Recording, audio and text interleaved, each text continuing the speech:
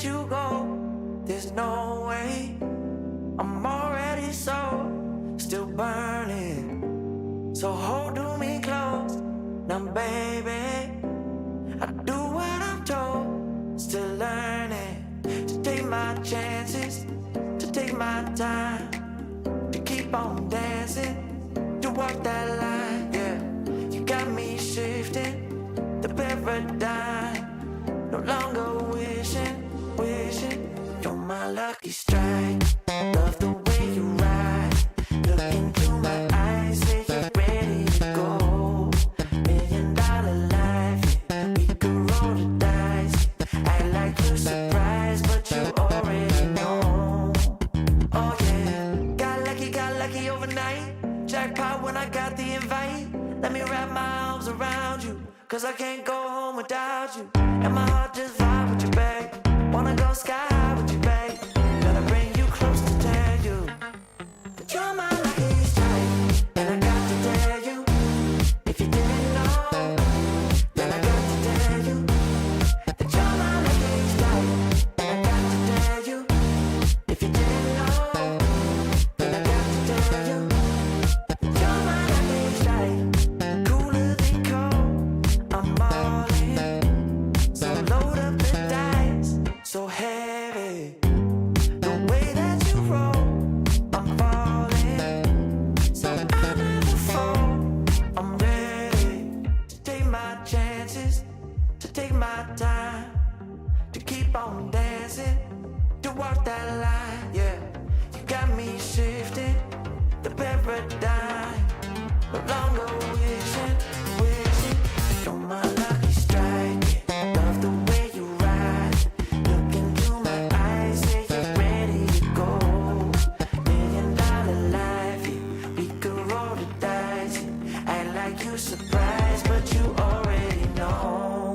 You're my lucky strike, and I got to tell you, if you didn't know, then I got to tell you that you're my lucky strike. And I got to tell you, if you didn't know, then I got to tell you that you're my lucky strike. I can't let you go, there's no way. I'm already still burning. So hold me close, now baby. I do what I'm told, still learning to take my chances, to take my time, to keep on dancing, to walk that line, yeah. You got me shifting the paradigm, no longer wishing. You're my lucky strike. Love the way you ride. Look into my eyes, say you're ready to go. $1 million life, yeah. We could roll the dice. Act like you're surprised, but you already know. Oh yeah, got lucky overnight. Jackpot when I got the invite. Let me wrap my arms around you, 'cause I can't go home without you. And my heart just vibe with you, babe. Wanna go sky high with you, babe. Gotta bring you close to tell you that you're my lucky strike. And I got to tell you, if you didn't know, then I got to tell you that you're my lucky strike. And I got to tell you, if you didn't know, then I got to tell you that you're my lucky strike. Cooler than cold, I'm all in. So load up the dice, so heavy. The way that you roll, I'm falling.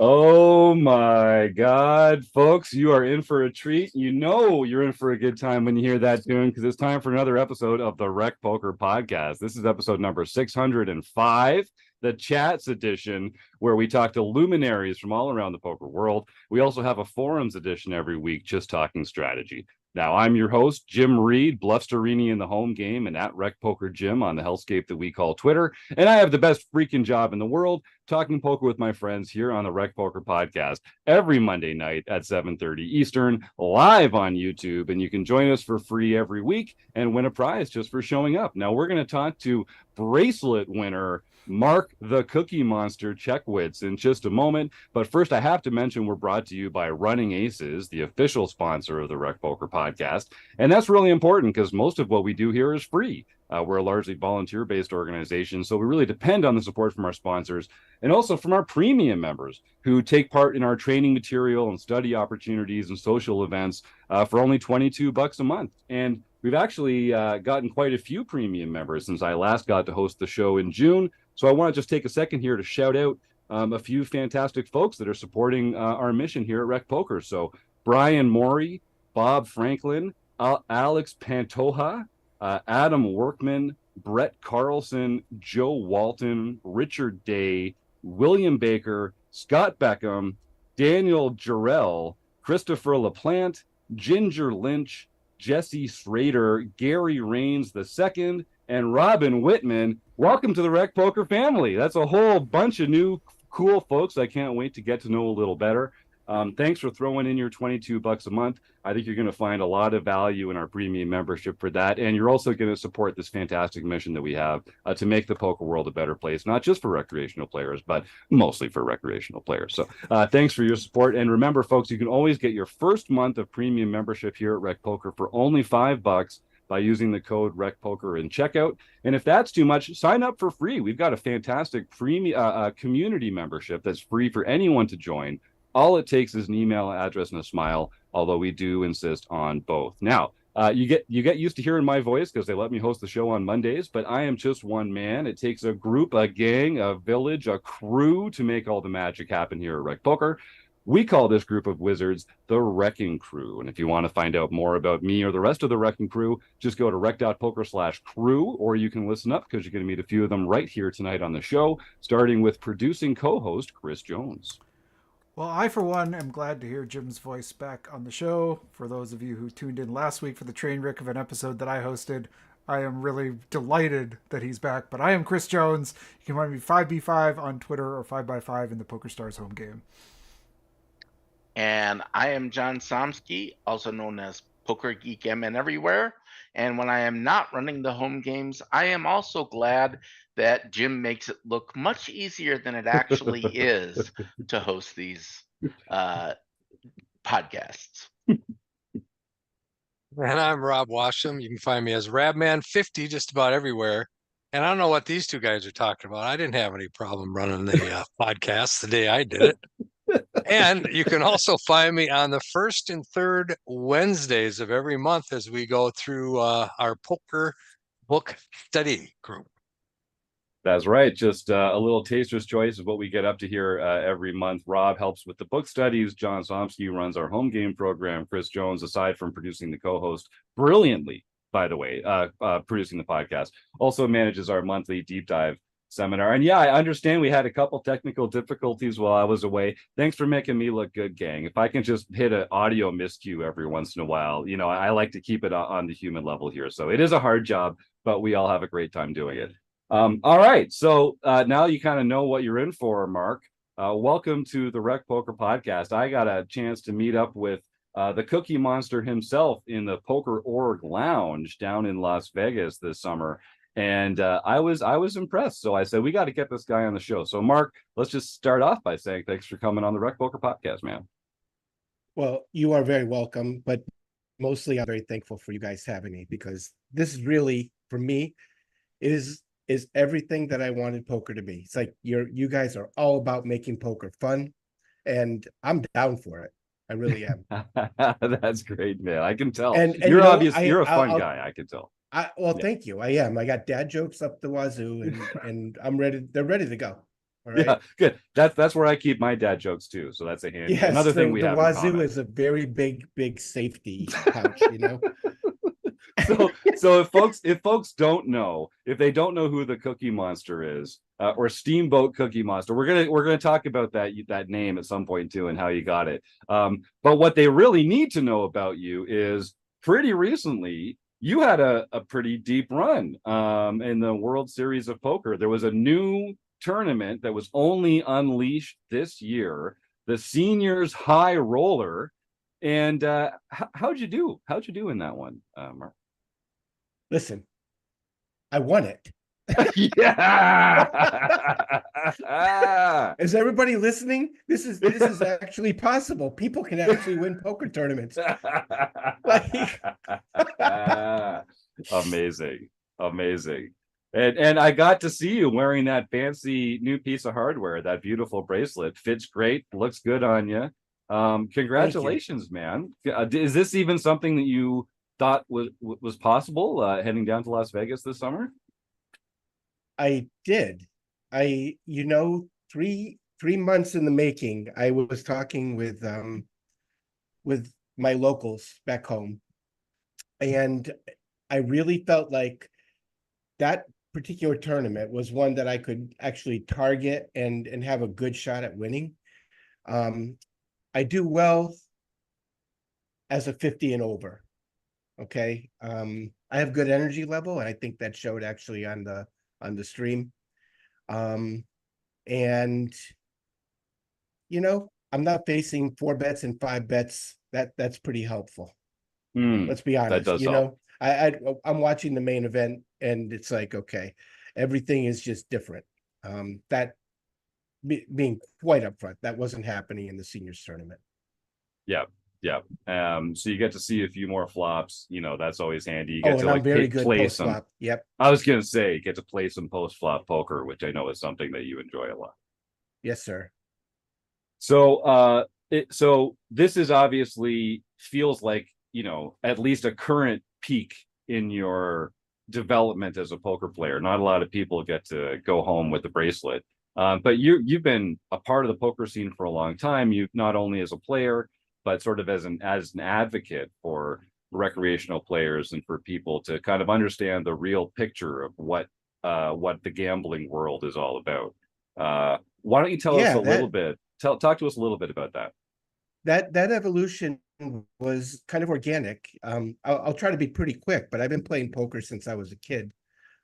Always loved the game, and we used to play in basements everywhere. You know, like one, two, three board games, and I grew up around a bunch of tough Italian women, including my mom, who really wouldn't give an edge to me no matter what.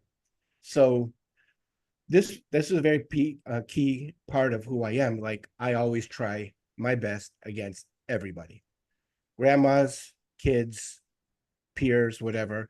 You will get my best game, no soft play. And what I found as I evolved through, you know, poker games in basements, even in casinos, there'd be just a lot of angling, cheating. It rubbed me the wrong way. And how it evolved for me, I kind of stepped away from the game for a while, but I did come back around the Chris Moneymaker era. My friend, you know, just told me, like, you got to try No Limit Hold'em. I think you'd be good, and he nailed it. It was, for me, it was like a duck taking to water from the very first time I played this game, because I was a fish in limit poker, just an absolute fish. And I found a place where I could chase gut shots, and this is kind of relevant to my tournament, and actually get paid for them in a way that made them sometimes profitable. And so I really had fun playing, and really at around 2003, I was 41. I was playing with a bunch of World War II vets, great guys. But for the life of them, they kept telling me, keep playing like that kid, and you're going to find the door.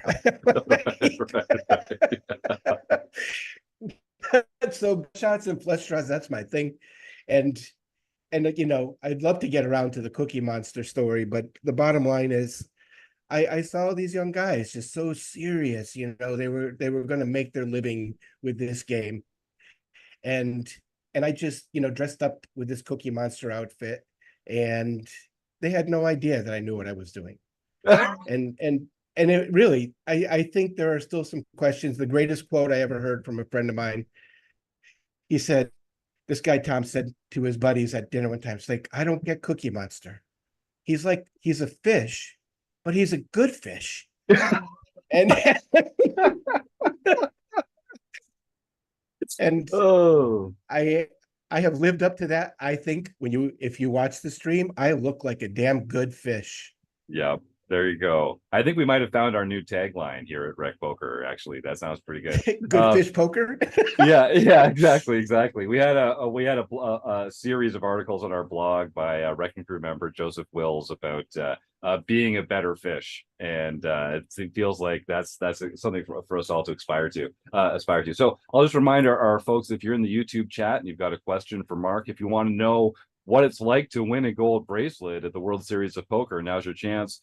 And of course, we're also going to be playing Stake Study Stack with Mark later in the show. So enter your names of famous poker players that you'd like Chris Jones to consider for that game. And of course, we're also going to give away a prize at the end of the show for folks that participate in our raffle to support a local food bank. So stick around to the end of the show. We're not going to ask for any money, but we're going to give you a chance to raise awareness for a local food bank. And we're going to give away a great prize as part of that. And of course, if you'd like to support what we're doing here, and if you're one of those shiny, fancy people that can make a donation through YouTube, then by all means, please leave a super chat and buy us a cup of coffee. That way we share a portion of all our YouTube donations with a local food bank as well. So get active in the YouTube chat, folks. And if you're listening along at home, I'd encourage you next Monday at 7:30 Eastern, jump into the chat and win a prize for free by joining us live here on YouTube. All right, so Mark, you're very experienced with poker. I want to get right into what this tournament felt like. What was the buy-in for the tournament? Did you take it all on yourself? How did you sort of like prepare? You're a family man as well, so like entering into a large poker tournament has like a gravitas as a recreational player that isn't really there for pros. Tell us a little bit about sort of like how you approached entering this tournament in the first place. So I was never going to put up $5,000 to enter a poker tournament. Right. I think the most I had ever put up for a poker tournament to then was $1,100. So I went out early. I played the super seniors, which is 60 and over, and I min cashed that. So I picked up $1,000.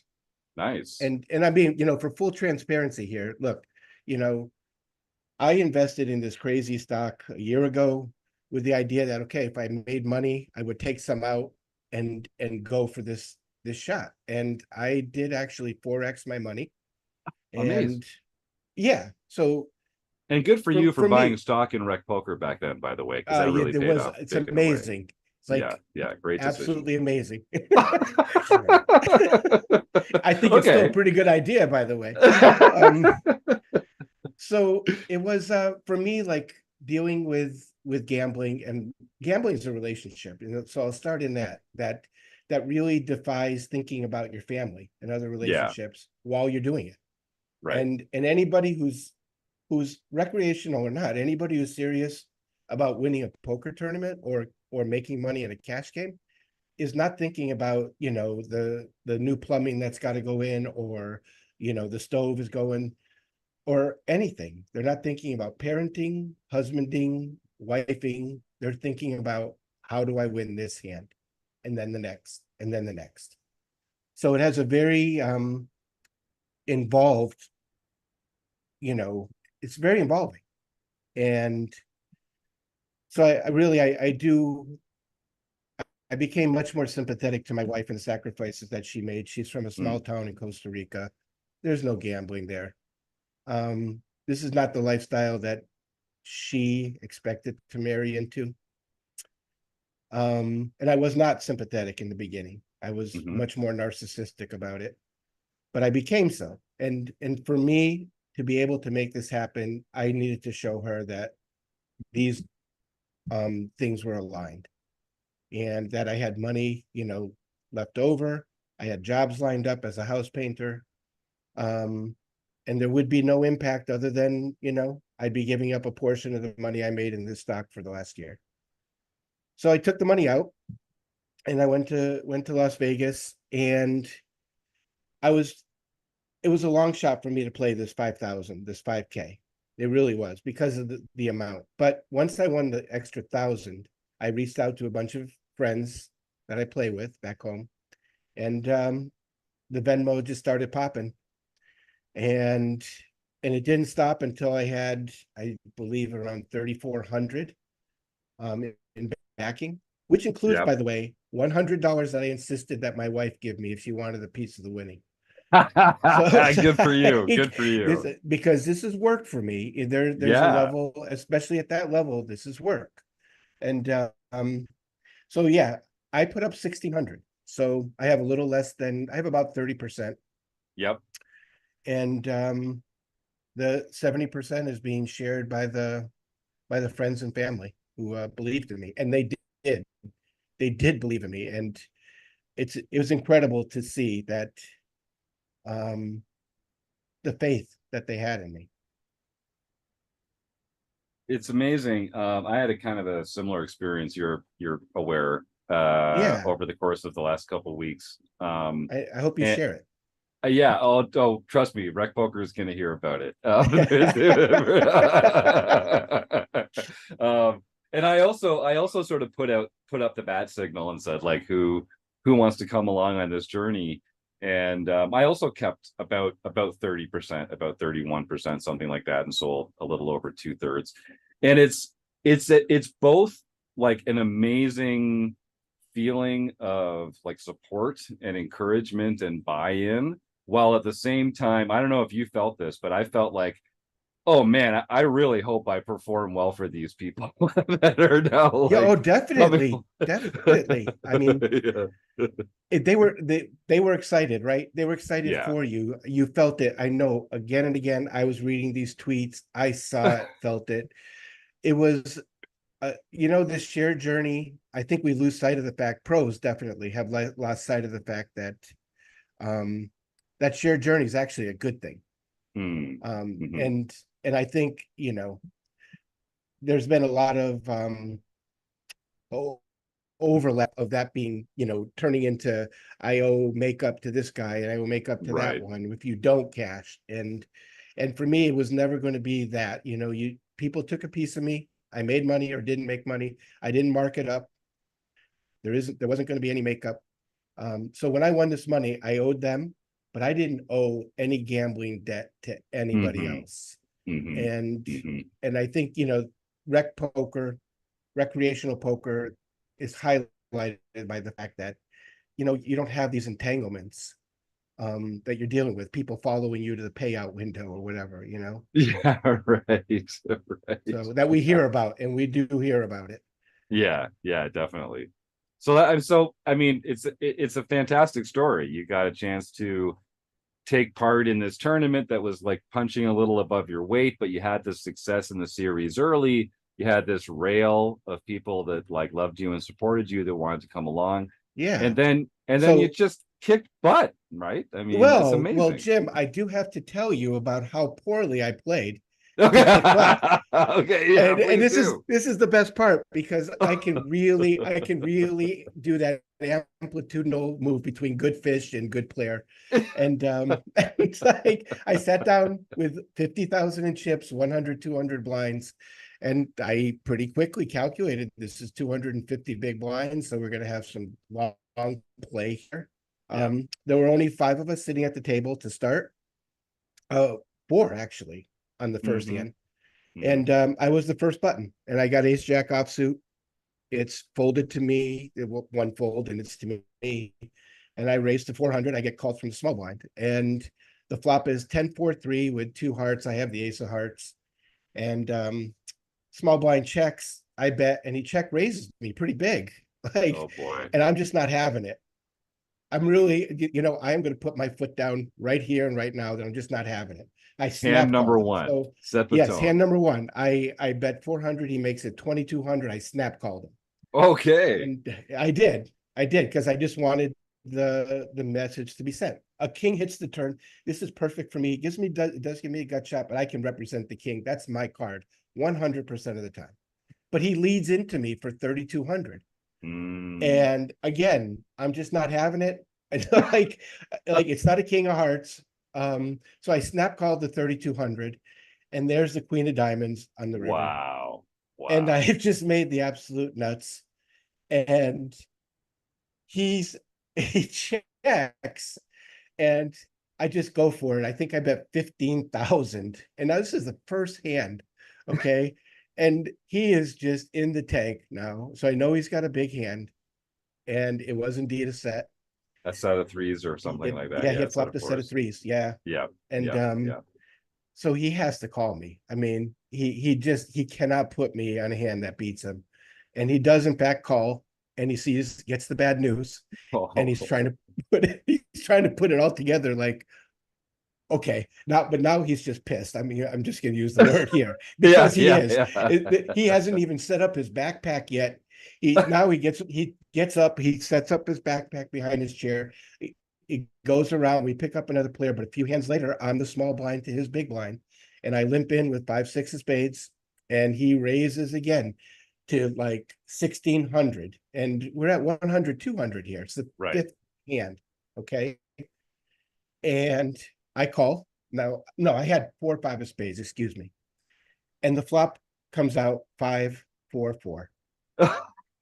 Yes. Oh man.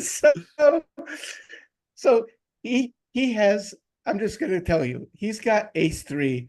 He bets, I raise, he calls, and there's a deuce on the turn. Oh wow. And he is out the door in 5 hands. Yeah. And he messed with the wrong can't cookie. even fathom. Yes. but it here's the part where, okay, it's kind of goofy. I chased the gut shot. But I had this reasoning that kind of made sense. But here I am now, I'm stacking up his chips, and I've got over 100,000, and the 100s are pink and dark pink, and the 5,000s are dark pink and pink. Oh, they're like the polar opposite of each other. Yeah. So well, where this is going. So I've stacked them now, and a new guy sits in this guy's seat, and he has to wait a hand, I think it was, but the next hand he plays, he raises. I call with 9-10 offsuit. I guess I was big blind. I forget how this went down, but it was pretty quick. 9-10 big blind. I call the 400, okay, the $200 raise. But whoops, there's a 5,000 in there, and I've just made it 5,300.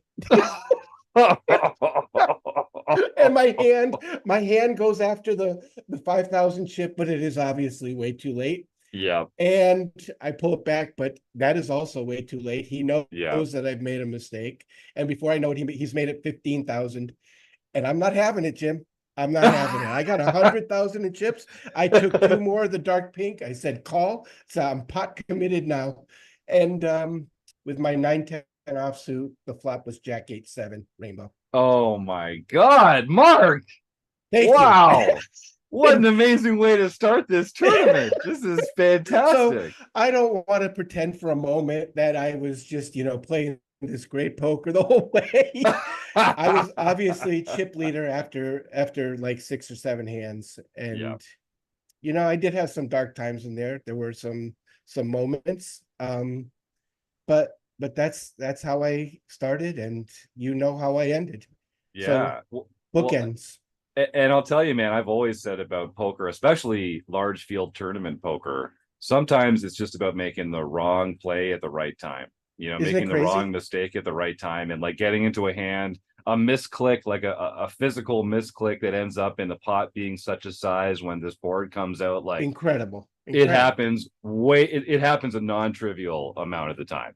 And it's Non-trivial. like, That's a great way of putting it. Yep. yeah, And I'm yeah, an it's experienced poker player, Jim, but I'll tell you, I was so giddy after taking this guy out in 5 hands. And I really just like, I was laughing. I couldn't help it. The other guys down at the other end, they were laughing too. They just couldn't believe that oh this yeah. guy, we're watching his ass go out the door. 50,000 in chips. And he's done 5K Yeah. in 5 hands. Oh my God. Oh, Yeah. Yeah, so, that's a crazy way, and what a great dynamic to start that table off to. So oh, yes. how long were you at that, like before that table broke? How many All hours were you day. playing at that table? All day. We played that table That's all day. great. And the That's greatest great. part is the guy I beat with the 10-9. He got Yeah. away from it for like 28,000 because he bet Okay. I raised and he did fold. Okay. So only cost him So half he his stack. lasted all day. We Yeah. went 10 hours and I took him out on the last hand of the day. That's how, I swear, that is exactly, he went down to crumbs. He built it up to a monster stack and I took him out. I mean, he went back down. I took him out in the last hand of the day.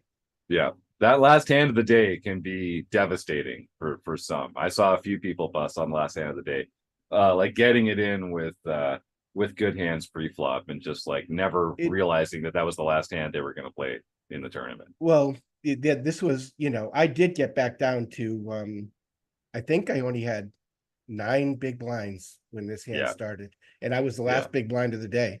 I had ace 10 offsuit. He was the one who moved all in, and he had 3,000 in chips less than I did, so it was effectively our tournament one way or the other. But I called him with ace 10 and he had queen 10 and the flop came out jack 9 and I had to sweat the the turn in the river, but I got there. And, it's crazy. It was such a crazy ride. Yeah. How long was the tournament like before you got to the final table? We went 21 hours. Yeah. So 2 days over 2 days. Yeah. Yeah. The third day we were like a few hands into the third day when we got to the final table. And when we got down to 9, I had Angela Jordison on my right. Excellent player. Excellent player. And she had just got coolered on the last hand of essentially the last hand of day 2, kings versus aces. Which I folded queens, by the way, 5-handed. I folded queens in this hand for 1 big blind. This was a crazy hand. She was the big blind. I limped in with queens. The second chip leader made it 5x, so it was like 40K. He made it 200, and I had just finished telling my friends that she had kind of shut it down, and that if she was in a hand, it was going to be with a very strong hand, like 3 minutes before this hand, and she made it 690 right before me. And I'm looking at my queens again. I've limped in with queens, and it's 5x and then 3.5x over that, and I knew she had a big hand, and I let it go. I folded queens. That's what a hell of a letdown. Like what a laydown, because you even when you limp, you're like, oh, I can't wait to induce some action here and get in with I was these waiting queens. for this moment theoretically. Right. But I was up against aces and kings. Yeah. It's the craziest 5-handed. I was up against aces and kings. She got coolered. Now I got her to my right. And I have twice as many chips as she does. She was the chip leader all of day 1, all of day 2 till that hand. And I got a chance to take her out. I got jack 10. She raised a small blind to big blind. I've got, like I said, twice as many chips as she does. And flop comes ace queen 3. And she bets very small. And it was like, wow, she's got a big hand. It's like a set or top 2. It just felt that way to me. So I really thought about the call here, that if I call this one, I have to call the next one. I'm not giving up after 1 because I need to get 2 cards. And if I take her out, I'm doing myself a huge favor. Yeah. And a deuce on the turn and a king on the river. And she did indeed have top 2 before ace queen. And that's how she went out. Yep. And unhappily, of course. And I don't blame her. I really don't. But she was very gracious afterward. Very gracious. Yeah. I tell everyone, you're welcome to what I refer to as the toe stub window, which is as soon as you bust the tournament, you're allowed to be salty for as long Yeah. as you would if you just like stubbed your toe really badly and you're hopping around your living I room like cursing this. and like, but then you got to like, compose yourself and be a gentleman again. But we all are human, and we, this is a pretty high Oh, emotion moment. 100%. Yeah, 100%. yeah, yeah. So So, then, but so again, then you're she on. was very gracious after I saw Yeah, her afterward. no, she's great. So then you're at the final table, and now you've picked up some chips. And was it sort of kind of smooth sailing from then, or were there highs and So lows, or? one more key hand, and it is the last hand that I was all in for.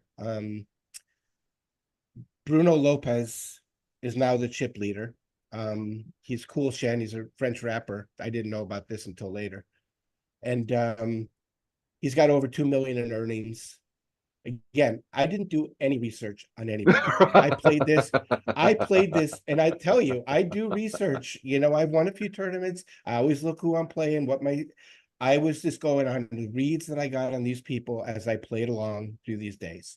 Yeah. And I didn't want to be affected by their earnings. I didn't want anything else to cloud the way I was thinking. I'm big blind in this hand. He's a small blind. Under the gun raises. I think the blinds now were 100. He makes it 250. And 3 people call, including Bruno. And I call out of the small blind, or big blind rather, with 10 offsuit. So here's my bookend hand. And the flop comes down 6, 7, 8 rainbow. Exactly. It's like I haven't flopped just the straight, but it's the one that's going to remain the nut straight. Yes. Yeah. Unless it's actually Unless going you to get remain the nut counterfeit. straight. Yeah. So no flush draw. So Bruno checks, and I just let out into the other players. And I got called, and then a big raise from the guy I end up going heads up with for the championship. He raises like 7x, and then it's folded back to Bruno, who goes all in.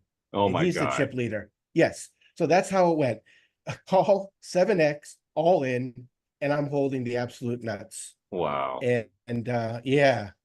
So I know there's a set out there, obviously. But I'm also thinking, wow, I guess I might even be chopping this one. And I Sure. don't know who it is that has the straight. So I really took forever to make this call. But I do make the call, obviously. And now it's folded back to this guy, Ari, who made the original raise. And he's got top set. And he open folds it eventually after he folded top set in this hand. And Bruno had bottom set. Wow. And of course, now he's just he gets the bad news, and he's seen 2 of his outs just go right into the muck. Right. Yeah. Yeah. Good point. Yeah. And he doesn't get there. And really from there, it was a cruise. And I just enjoyed the ride. Yeah. I bet you did. I did. I had so much fun on that stage. I couldn't stop talking. I couldn't stop smiling. I was, cheering on the rails for everybody else, because I love these guys. I love them all. And I just really, I had so much fun with the banter. One guy wanted my MTV hat that I was wearing. And the next day, I told him he had to go heads up with me to get it or knock me out. Oh. And he did it. I ended up knocking him out, but I told him I'd give it to him the next day. We met up the next day, and I did. I gave him my MTV hat. That's pretty so cool fun. hat, actually. I mean, sounds like it. And now I mean, it's got so a bit it of was a story. We made it a RecPoker type of final table. We weren't tanking. We were just playing. We were talking. Yeah. I think Lon says, so we're on the main stage, which is great, right where the main event final table is going to be. And Lon is just saying, look, it's like these guys are in a hot tub and just chatting. Really, that's really how it felt too. Like, so much fun. I just had the time of my life. Yeah, I believe it. So folks that haven't heard yet, I got a chance to play in the main event this year because of folks like Mark, who ended up. So I made the snap decision on day 1A that I was missing out on this fun too much. I was in Vegas. I had some bankroll left over from my own play, and I was going to see if I could sell enough action to get into the main.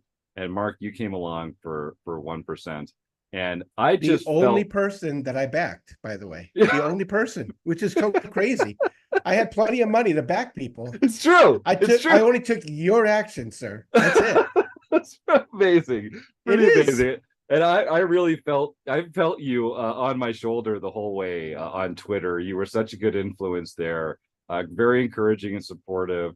You reminded me to drink a lot of water at several points, which Oh. I needed that reminder. That was really good, helpful information. Thank you. Thank you. And it like it really did. It was a very fun experience. It was a very like so tell me a bit about like the people that took a piece of you, and like what kind of pleasure you take from being up. Like, so how much money did you win? You took first place in this tournament. How much money did you win? Yeah.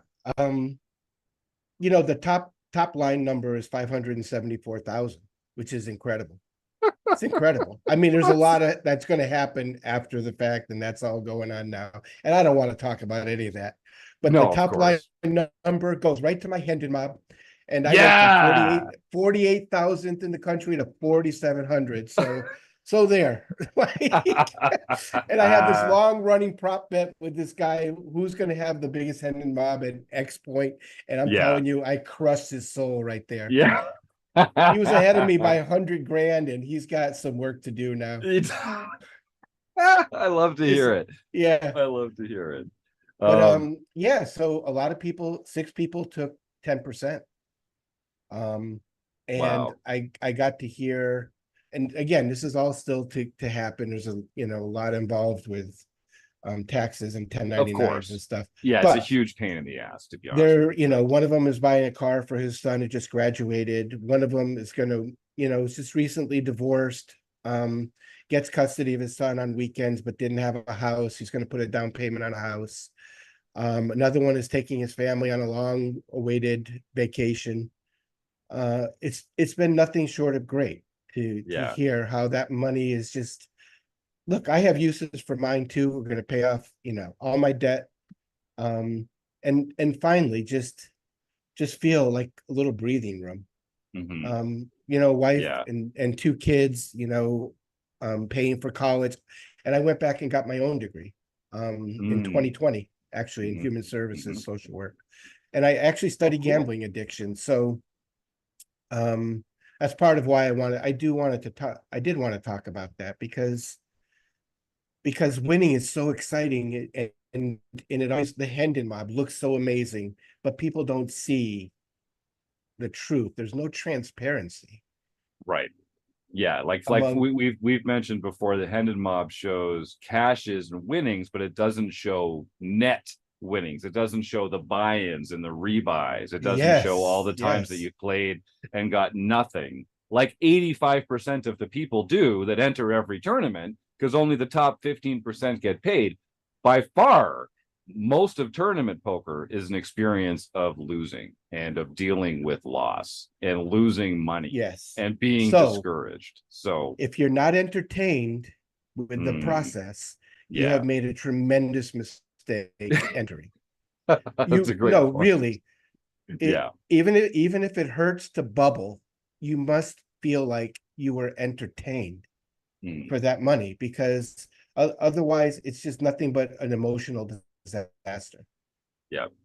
And you've kind of spoken about the negative aspects of gambling, and how it can be a trap for some people. And I know that's something that I think, you think it's important to deliver this full package of information about poker and about the upsides and the downsides. Is there anything in particular that you want to share with our audience about the downsides of gambling, or the dangers of having the wrong mindset or the wrong relationship to gambling? You've used the right word, actually. My friend and I do want to give a shout out to my friend Jamie Salzberg, Salsburg. He's at After Gambling on Twitter and at Jamie Salzberg on Twitter. And he has a podcast, the After Gambling podcast. Jamie had to quit. It really just became too obsessive. It was interfering with his relationships too much.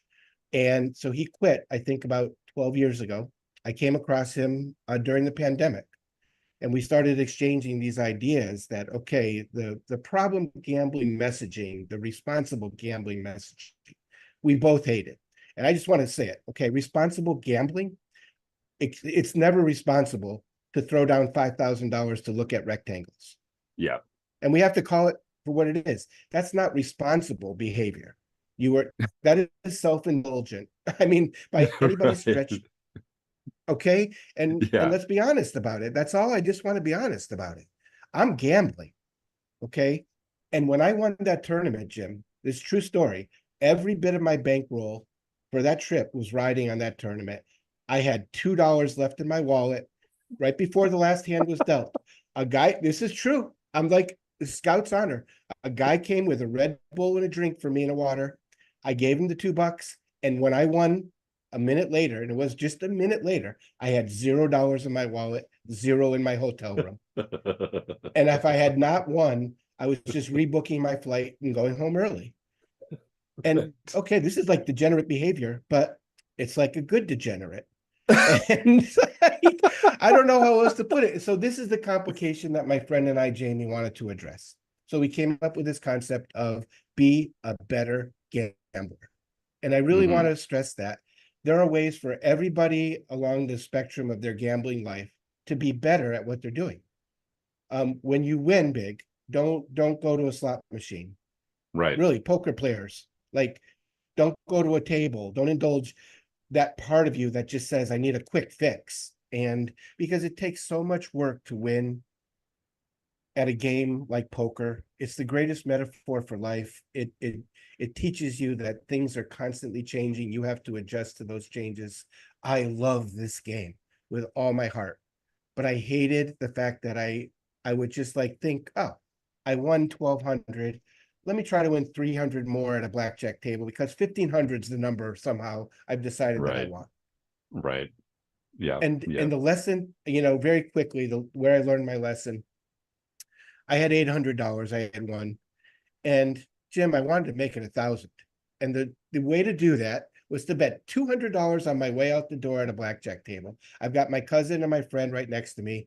And now I'm looking at 2 8s and the dealer has a 6. And I'll shorten the story. Before you know it, I have split 8s 3 times, doubled down twice. I now have $1,000 riding on this hand. The dealer turns over a 6. Everybody is cheering, and whack hits the 5. Thank you. Right. Yeah. And Yeah. this is the lesson I needed to learn. That I had spent 6 hours playing poker, grinding out for $800, and I lost it all in a minute and a half Yeah. because I was stupid. And well, really, again, I'm calling it what it is. I was greedy. Yeah. Yeah. And Yeah. and I lost sight of the respect for the game of poker, respect for gambling, and the relationship with money. And I think that's pretty common. So Jamie and I have worked on that, and here's the result. I mean, I think this is the crowning achievement. Winning a bracelet, despite the fact that I did it with all my bankroll, that was a decision I really talked about with my wife and with him. Yeah. Like, you know what? I decided this is what I wanted to do. And I'd come home if I didn't make anything. Yep. And it sounds like, and you went into it with a plan, you had this windfall from the stock market. You were responsible with how you kind of defrayed the variance by selling a portion of it to your friends. Exactly. And that I think going into it with a plan is already separating you from a lot of the people that actually struggle with gambling addiction, for instance, who are much more sort of like reacting to the emotions of gambling and winning and losing and the highs and lows and the emotional draw to that.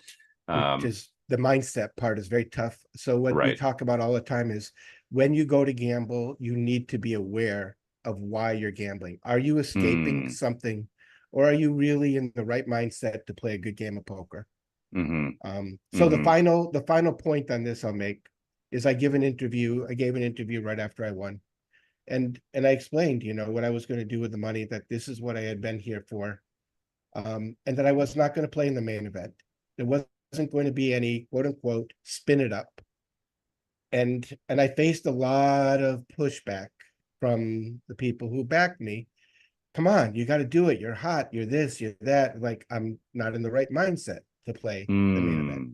Mm-hmm. And you saw me in the poker lounge. You know, I was actually the first interview. I just want to point out, I was also the inaugural interview in that Legends Poker Org lounge. Okay? Yeah. So, but you saw me. I was just happier than could, like a kid in a candy store.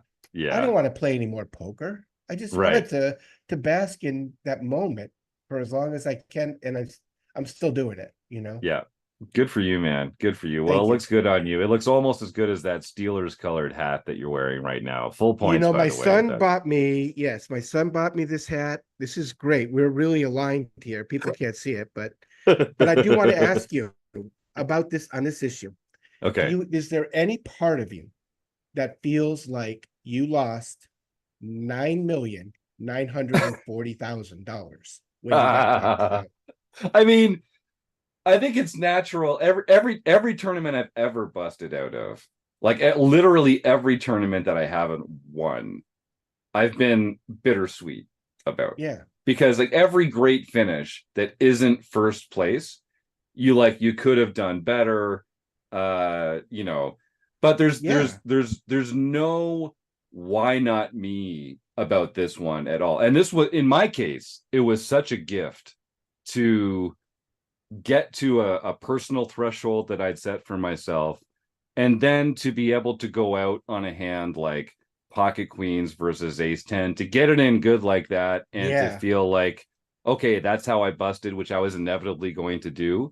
Of course I would have liked to win all the money, Mark, and to like get the bracelet, but I don't really feel like I left it out there. I really feel like I kind of took what was available for me, and the rest was meant for other people. And that I actually feel a great calmness about it that I wasn't really expecting, fantastic. To be honest with you, I wasn't really expecting that. So I think it helps. Getting a big paycheck helps. Like I was more busted up busting the main a couple years ago at the end of day two. Something about getting a check for $60,000 from the World Series of Poker organization sort of makes some of that pain go away. It's more sweet on the bittersweet scale this time, for sure. So I did want to ask how your wife feels about your journey. So this is amazing that you ask this, because I know your wife is a big part of your life and your poker story, and my wife, who goes by Mrs. Bluffsterini, because she's also a very private person. My username is Bluffsterini, so that's kind of her role in the RecPoker world. She's very supportive of me and the time that I spend at RecPoker and being able to travel around and play. I found out this after the fact. So my wife works with horses, and while I was in Las Vegas, there was an incident at the barn, and she was knocked over and she sprained her wrist quite badly, and was in a mobilized situation, and she was having a lot of trouble doing things that normally you would do with two hands and like just not be worried about. And she had a chance to tell me about this about 2 days before I decided to play the main. And if she had, I get on a plane and I'm home. Yep. I don't even think about playing the main. I take care of her for that extra week and a half. And like, it's not even a decision. I just go 1 for 5 in the bracelet events I played that summer. And then like, that's the story of my summer. But she intentionally hid from me that she had hurt herself in this way, because she wanted me to continue and have this trip. And so then like 2 days later, I'm texting with her. I'm like, hey, honey, like a bunch of people have supported this vision of this chance for me to come play the main. I think I'm going to play the main. Like I'll be gone a few extra days, but I'm going to play the main event. And she's like, honey, I'm so proud of you. Go in and have a great time and win a bunch of money and like cross this off the bucket list. And she never told me that she was like unable to cut her own food at the table or to like take the garbage out or whatever. So I get back and I'm like, oh, I'm gonna stay one more day and run some errands and like do some shit. She's like, okay, but like come home as soon as you can. And then I get home and she's like, she's in this wrist wrap up. Wow. And I'm like, you know, I'm struck by this idea that like she, through her sacrifice, really caused this to happen. And like if she had just said, you know, Jim, I'm hurt, come home, it wouldn't even have been a decision to for me. And by like taking this sacrifice and like being in pain for this time and for just like not letting that be on my mind, I decided to try to see if I could get this action. I decided to play the main.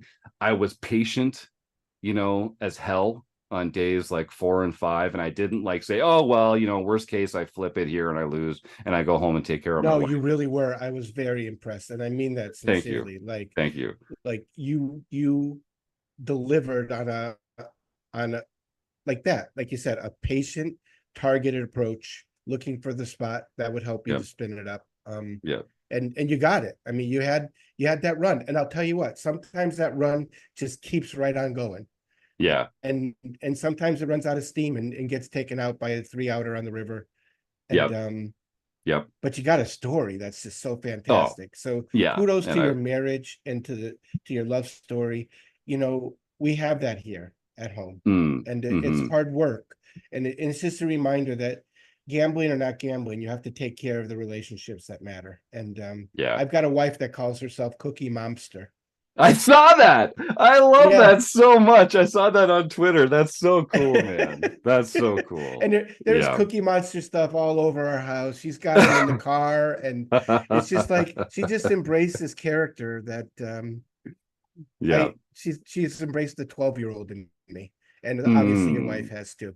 Yeah. Yeah. No, I think she sees the big lovable dork that I am. Yeah, And buddy. I saw it too. I can tell you like, did. I buddied right up to the lovable dork. Yeah. Well, Mark, It's true. We were laughing like this right away. We were. It's true. It's true. No, we picked it Yeah. up immediately. So I think we've got a big fun future together, pal. I'm looking forward to getting to I know would you love even. to be, part of growing the RecPoker thing. I mean, I never heard about you guys until that moment, that 2-minute intersection of time where we met. That led to this. So Yeah. Well, I think the future is bright, and it's one of the things I love most about RecPoker. I joined. I've been listening to the podcast since the beginning, but I joined as a premium member in 2019, and all the amazing people I've met through this organization and on the wrecking crew and guests like yourself. Some of my best friends in the world now are folks that I've met through RecPoker, and that's not hyperbole. So thanks to everyone here who's allowed this great operation to continue and to be as great as it is. And yeah, it's more than just poker. There's really more than just poker. So we're all very lucky.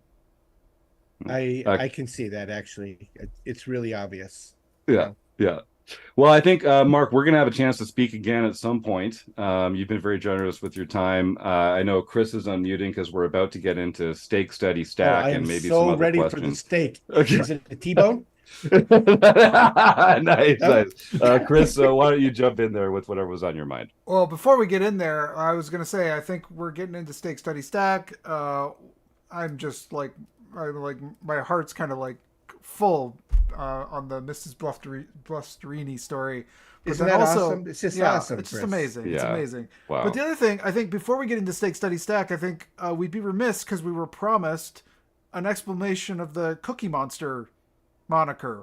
Where does All it? right, Tell me so about I'm the gonna Cookie make Monster.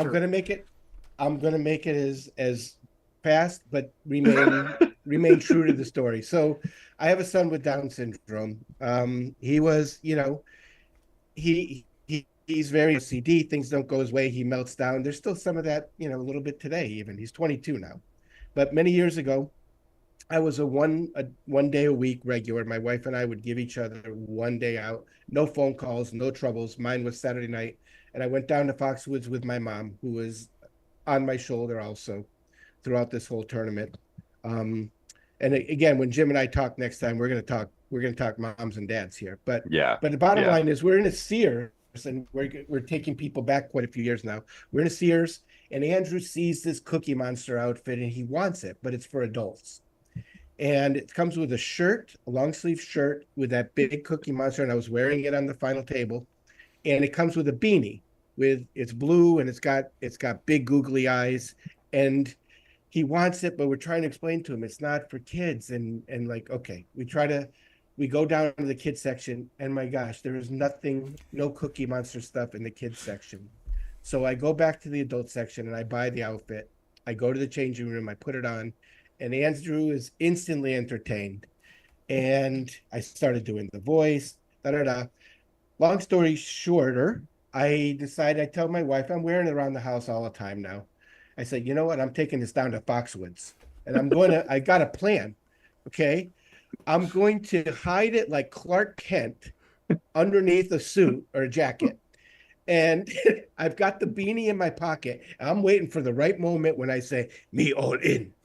And there it is. I call a raise with a pair of eights. And this is why it was amazing when I was looking over at 888 poker was right over my view. It took me back to the story because I flopped a set of eights. Oh, wow. And it's top set. It's 8-6 deuce. The betting goes this way, that way with the pre-flop raiser. We end up being the only two going to the turn. And an ace hits the turn. And I'm like, the way the betting went, I know he's probably got ace king. And it's just walked right into my plan. And bing, bang, boom. He has raised me. And now I have the moment. And I take the jacket off. I put the beanie on.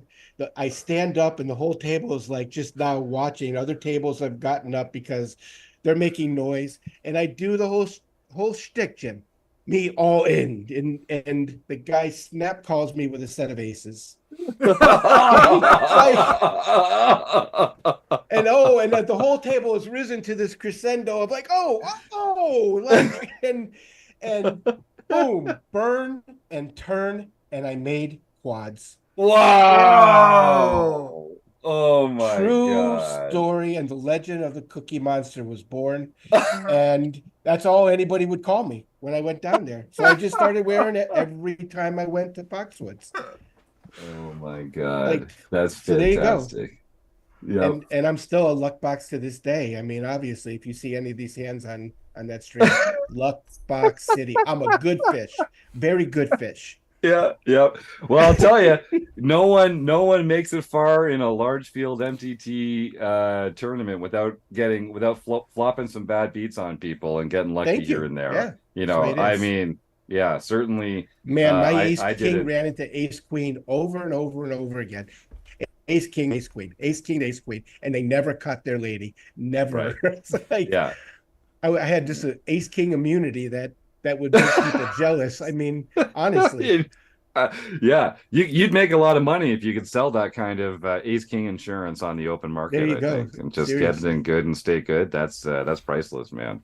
Yeah. Thank you. All right. Well, thank you for sharing that. That's a wonderful story.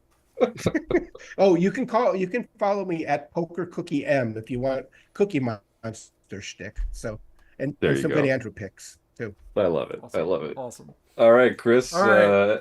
Well, should I get into Stake Study Stack? Yeah, my soundboard isn't working for some reason, so we don't get the Batman intro. But yeah, take it away. You're such a good karaoke person. You want to just do it? There we go. This is right up my alley, guys. Thank you so much. All right. My wife is shaking her head, rolling her eyes. Oh yeah, no, we get a lot of that around here. We get a lot of that around here. All right, so I'm ready for the steak and shake. Here we go. I'm give you three names. You give me one you want to stake in a poker tournament or a cash game, one you'd like to study with, and one where you just like to take all of their chips. My fingers are crossed for that third one that he's there on this list. I'm gonna give you three names. Okay. One we mentioned off air as a Foxwoods sort of legend. One that you mentioned in the senior or the super seniors high roller, and then another that I caught that you have some correspondence in your timeline. So your names are Nick Schulman, Daro Kearney, and Angela Jordison. Oh, you are brutal. Yeah, Chris is good at this. Chris is good at making you feel uncomfortable. Yeah. That is brutal. I cannot take out Angela Jordison because I've already done that. I'm not doing that. So I would like to study with Angela Jordison and really get the perspective from a different gender. I really don't know what those differences are. And we need more women in poker. And she's a great advocate for that and an ambassador for that. I would love to study with Angela. No doubt, I would love to take out Nick Schulman and have Ollie Najad doing the commentary. so that seals the deal there. And obviously, Dara is a great student of the game. I would love to stake Dara, and I did meet with him. I did an interview with him. Fantastic guy. Yeah. A Wrecking Crew member, in fact, himself. Well, he worries, is he? And he worries about what shirts he wears, which is a big thing for me. I was like getting dressed in front of the mirror every day, just getting it right. You know? Yeah. How much blue did I need to wear? You know, look good, feel good, play good. Like it's connected. Seriously. Yeah. It's definitely connected. Yeah. That's why I bring the sports coat to every poker tournament, because not only do I feel sharp, but I think it gets me about 20% more fold than if I was just wearing a hoodie. 20% more fold. I've done the math. I feel pretty good about it. Yeah. Well, Tony Dunst would agree with you, and I do too. Yeah. Yeah.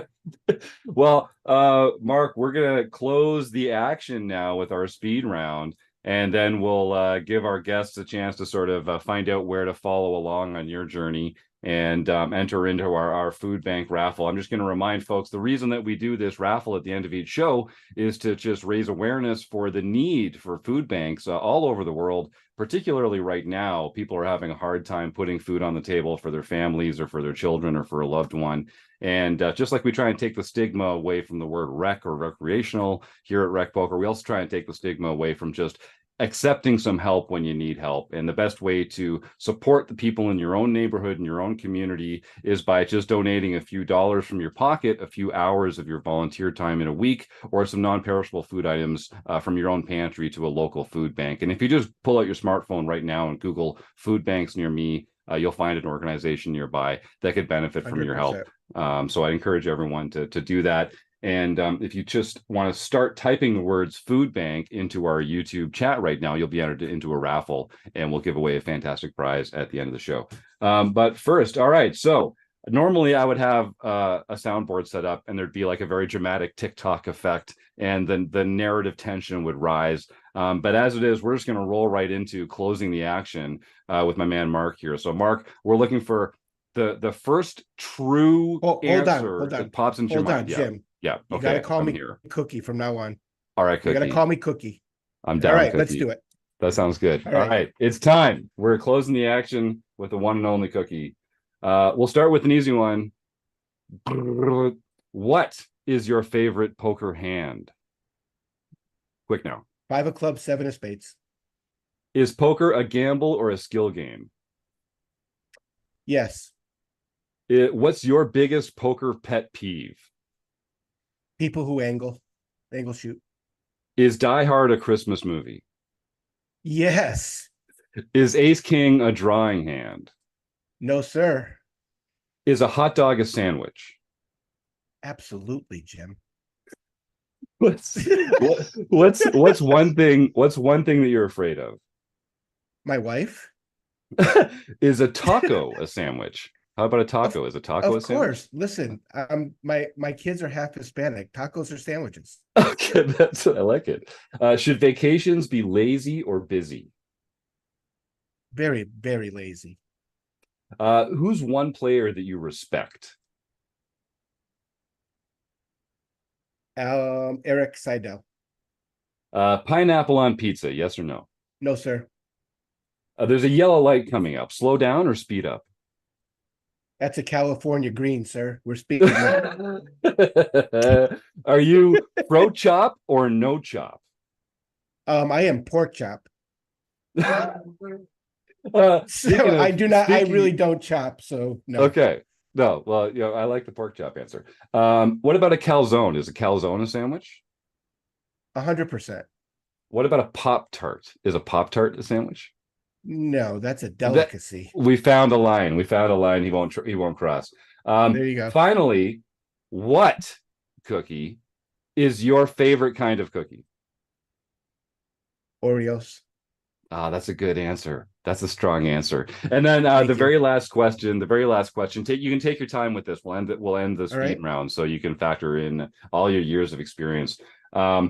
What is one thing that we can do, all of us, to make our lives more fun, to make our time spent more enjoyable? What's one thing that we should all be doing to smile more and to laugh more and to make other people smile and laugh more? I tell my friends, and they really do agree. Look, anything that's non-life threatening is silly. Hmm. And I really do take that into, poker hands are silly. I'm sorry. It's not life threatening. And no matter how you cut it, 2 out or 1 out or whatever, it's like, it's all very silly. They're rectangles. And it's a very silly thing. And everything in life is silly if it's not threatening. Yep, I like it. Great answer. All right, Cookie. Thank you. It feels right calling you that. I'm really enjoying this. Thank you.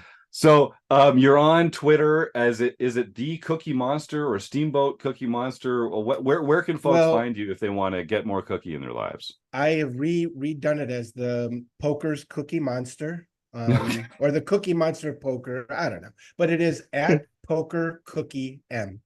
Okay. I was a little too late to the Twitter game to have at Cookie Monster, and Sure. but I wanted to add the poker part of it anyway because it was all connected. Perfect. And I'll make sure that link is in the show notes for folks to and the at Mark_Checkwicz, where I talk a lot more about the gambler's mindset and problem gambling. Yeah, fantastic. So I encourage folks to go check that out to get to know Mark a little better and to get a little more cookie into their lives. So Mark, I want to say thank you again. We're going to stick around. We've got to catch up on some recent home game results and give away some prizes. You're welcome to stick around for that if you want to, but of course, feel free to just hit the X and go on with your day. I know you've got a family and a lot going on with the rest of your life. This was an absolute pleasure, and I hope we get a chance to talk again sometime soon. I only want to say one thing, in addressing the food bank part of it. I didn't even know you had this charity attached to RecPoker, but I instantly knew that I wanted to have you take a portion of the money I made backing you to the charity of your choice. And also, I just do want to give a shout out to teachers everywhere. Another portion of that winning is going to go to my wife, a school teacher, who really they're fighting the fight for all of us to educate critical thinkers. Yes. Which will make better poker players. We need more critical thinking poker players. They'll have more fun. The more you know, the more fun you have.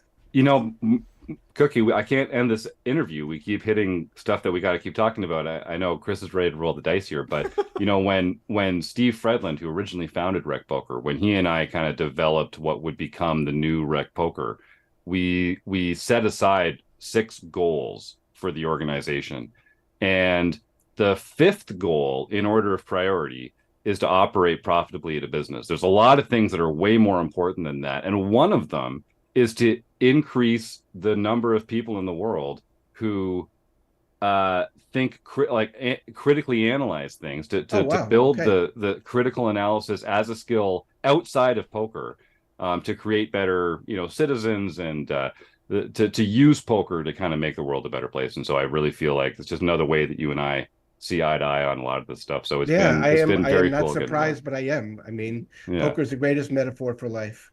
Yeah. Couldn't agree more. All right. Thank you. Thank you, my man. This was a treat. Looking forward to next time. And thanks so much for coming on the RecPoker podcast. Oh, congratulations. Thank you. Thank you for your team, to your team also. Yeah. Take care. All right. It's great to meet you. Great to meet you all. Take care. All right. Guys. Well, that's Mark Checkwicz. You know him as the Cookie Monster, and one of the most recent gold bracelet winners at the World Series of Poker. So pretty phenomenal result, and a fantastic guy. Looking forward to getting to know him a little better. I just side note, I watched that stream, and I had not put together that the person who I watched on that stream was our guest tonight, and it immediately hit me when we were starting to talk about the cookie thing. He has a very recognizable outfit in that run, but what a phenomenal run he had. I mean, that was a really fun table to watch, actually, and I'm glad we had him on tonight. Yeah, me too. Well, just one of those great connections that you make when you're down there for summer camp. You know, we just happened to be in the same lounge, and he introduced himself to me, and I recognized his handle from Twitter, and I said, "Oh yeah, you did pretty well recently, didn't you?" And he held up his left wrist, and he was like, "Yeah, I had a pretty good run." I was like, "We got to get this guy on the podcast." That was it's too much fun. All right, John Somsky, I know you've got some exciting news about our home game club and also some new winners to announce, and then we'll give away our fantastic prize here on the show. Why don't you dive in? Yep. First, just a reminder, starting August 1st, we will be having a home game every night, including Thursday, Friday, and Saturday nights. All right. So be ready for that. On July 10th, Bone Crusher 14, Marcel Dusick, won his first mixed event. Harold Berry still maintains the Player of the Year points race lead, but I think Bone Crusher got up to like third, or he's in the top 10 anyway with that. Marcel's been on a heater. Way to go, man. Yep. Then on July 8th, we had our Tournament of Champions for everyone who won a daily series tournament in June. And JME Tape, Joe Millay, won the Tournament of Champions and got his very first silver pin. Amazing. Congratulations, Joe. Joe's been really applying himself over the last little while. I know he and I have spoken a couple times over the last couple months, and it's showing. He won his first bronze pin just last month. Then to take out everyone in the Tournament of Champions and to go get that silver pin, it's great to see. Couldn't happen to a better guy. So congratulations, Joe. And those pins have already been mailed off, my man. So enjoy them and wear them with pride. So he was also wondering why, because his full name wasn't in the public stuff. And I want to just remind people that you have to go to the extended profile on your profile, and then make sure that your first name and last name and PokerStars username are all public.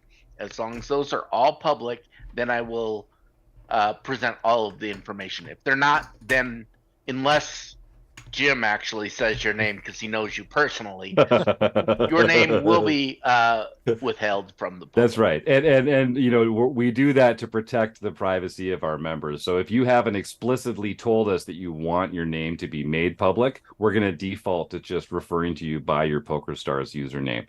So if you have ever wondered why, like, hey, I won one of these nights and they didn't say my name on the show, it's just because you haven't expressly made that information public in your RecPoker profile. So go ahead and do that. And we love sharing the wins of our members with our podcast audience. So congratulations to Joe again. All right. Sorry, John. Continue, please. All right. Then on July 8th, LL Tahoe won his fourth nightly series victory for the year.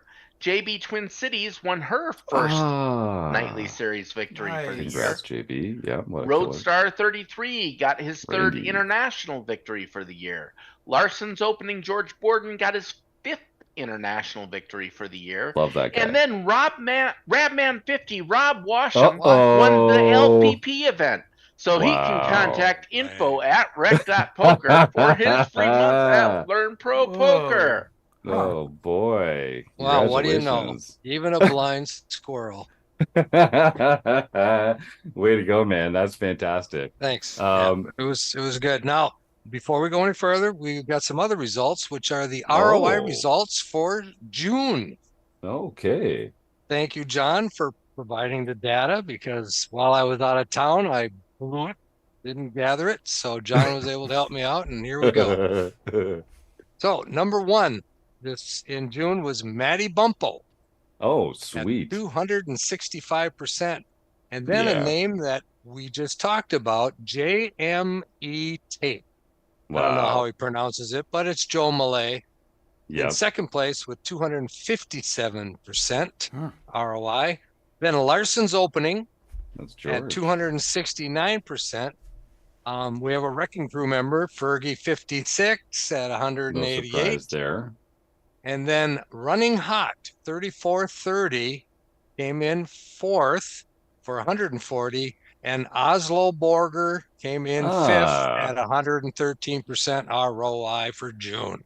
Tron And I don't Bedar Stensby. That's great. And I don't have the quarterlies done yet for the second quarter, but I'm working on it. And what Rob's talking about here, if you don't know at home, is all of our premium members are automatically tabulated. If you play at least 4 of our free home games in the month, then Rob gets a report, and we award this top 5 premium members by ROI each month. And the winner gets to choose a podcast coming up to come join the panel and talk to their guest of their choice. So the winner for May was Christina Sukram, who had the highest ROI amongst all premium members in the month of May. And so we reached out to her, and she's going to join us on August 12th when Greg Goes All In comes on the show, because that was the guest that she was most excited to speak to. And so congratulations to Maddie Bumpo, I think was the winner for June.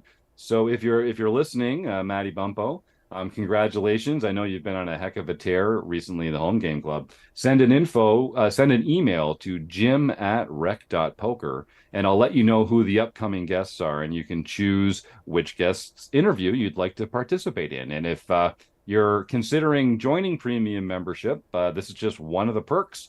You get to come on the pod and enter into the ROI tournament that Rob runs every month. And of course, there's a lot of other great stuff all available here at RecPoker for only $22 a month. Or if you go annual, it's even less than $20 a month. So I encourage folks to check that out. And I want to mention also George Borden, who was one of the players that won a tournament this week, and also one of your ROI players, Rob. So George has been a premium member here for a long time. And we recently raised our membership from $15 a month, which we've been charging for the last 4 or 5 years, up to $22 a month this summer. We've really increased the value of the premium membership. We've added a lot of coaches to the stable. We've got a huge archive of training material, and our costs have also increased as we've gotten larger as an organization. So we upped the membership price for new members to $22. But all existing members were going to stay at their $15 price. So I got an email from George saying, "Hey guys, I love what you do at RecPoker, and I want to help with keeping the lights on and helping you grow and be a sustainable organization. So even though I've been a premium member for a couple of years now, why don't you bump me up to that new price of $22 as well?" And he also said that he'd been encouraged by our conversations to make a donation to a local food bank in his own community. And I just wanted to shout out George.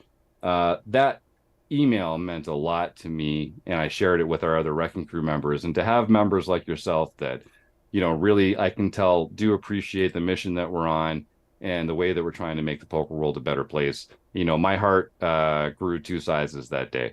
And I know it meant a lot to the rest of the crew here as well. So everyone else, if you're listening at home, if you're considering joining the premium membership, I mean, it's a great way. It's the best value on the market, I think, for sure. As a poker student, you'll get access to not only our training material, but that of some of the other best training sites in the world that share their material with our members, because they know how important it is to grow the game of recreational poker. But it also helps us out a lot just to keep doing this. This is a labor of love. It's a largely volunteer-based project that a lot of us pour our heart and soul into week in and week out. And, the more premium members we have, the easier it is for us to resource some of the projects that we think are important. And just more likely it is that, we just released episode 600 of the podcast last week. And if we can make it to 700, it'll be because of people like George. So George Borden, thank you very much. And to all our premium members, your support makes a huge difference in our lives and in the lives of everyone else who's a part of RecPoker. So thank you. All right. Got that on that note, yeah, I just want to take a minute to remind everybody about our Learning with Partners program. Yeah. We regularly publish 15-minute clips from our partners' training sites, and they're available to all our premium members, right? Yes. And so the most recent one I saw was a clip from Matt Affleck, who's been on the show a couple times and has shared some of his knowledge with us. And he's very, very good instructor, very good teacher. Really good. And he's with poker coaching, and it was on squeezing. So Mm, check it out if you're a premium member. And if you want more of this type of training from Matt or any of the other pokercoaching.com pros, you can get a free 3-day all access pass. Just go to RecPoker website under the resources, click on learning partners, and you'll find all of our learning partners. And Poker Coaching is offering a 3-day free pass to all their content for signing up. amazing. So do Yeah. that. It's Do it. well worth it.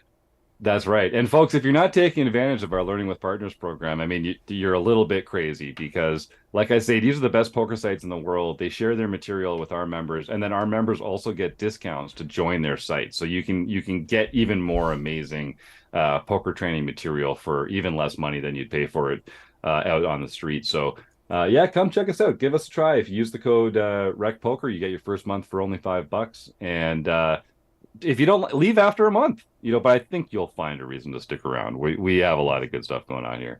All right, Chris, you've been so patient.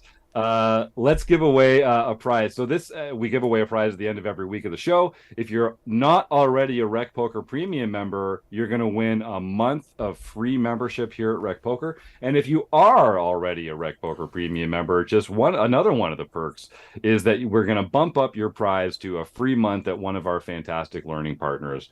And we're just going to give it away to someone who typed the word food bank into the YouTube chat here. So Chris, I see the RRRCCC, Joe Rafter, B.O., and Carl Derry. That's only 4 names. Are those the 4 that you see as well? I got a 4-sided dice, so just show up, folks. You got 25% chance of winning a Yeah. great prize. All right, let's see what the Dicecam has in mind for us tonight. Dicecam Chris Jones has a 2. It's a 2. So I see that being Joe Rafter, if my math is correct. So That's Joe, correct. congratulations. Please send an email to info@rec.poker, and we'll get you all squared away with your fantastic new prize. And thanks to everyone in the YouTube chat for participating in the show and for making this a little more fun and for just helping us raise a little awareness for a local food bank. John, Chris, Rob, is there anything else that we should be mentioning that's coming up? I wanted to mention one more thing, because we're talking about some members. When you mentioned George, I was reminded of one of our really great friends, a long-time RecPoker player and advocate, and one of the greatest people that I've ever met in the game of poker.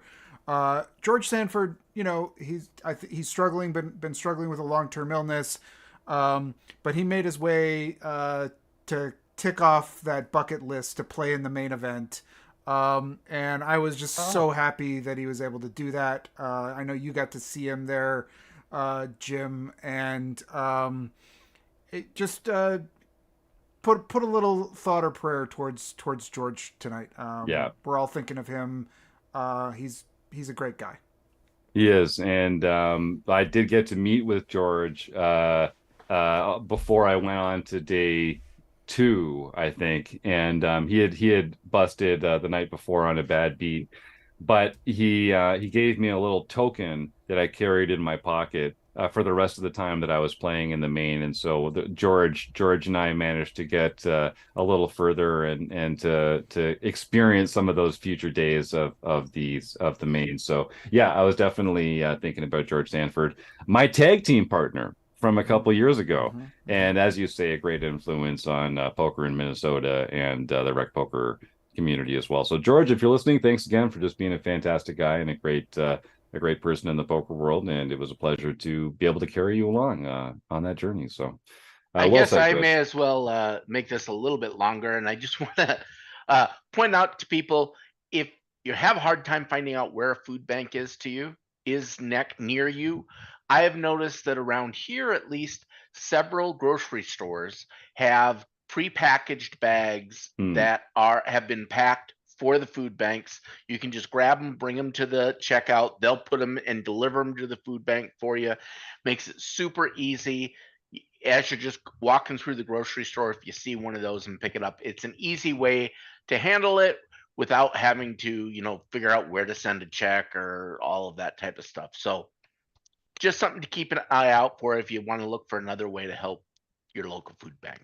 Thanks, John. And I also should say that, we mentioned that we raised our price recently for premium membership here at RecPoker, but we will also give anyone a free month of membership if they make a donation to their local food bank of any amount. So if $22 is too much in your pocket to join RecPoker and be a premium member, seriously, send me a screenshot of you donating $1 or more to a local food bank, and we'll make sure that you get a free month of premium membership. And if you send me another receipt the next month for another $1, we'll give you another membership, another month of membership here. So help yourself, help some folks in need in your own community, and come join the fun here. You could be a member for as little as $1 if you spend it in the right place. So all right, I think surely now we can wrap this puppy up. We've got to go record the forums edition of the podcast in a few minutes. So without further ado, thank you so much to the Running Aces Hotel, Racetrack, and Casino. We really appreciate their support. John Somsky, Rob Washam, Chris Jones, the Cookie Monster himself, all you in the YouTube chat, and our listeners at home. Thank you so much. We'll see you next week on the RecPoker Podcast.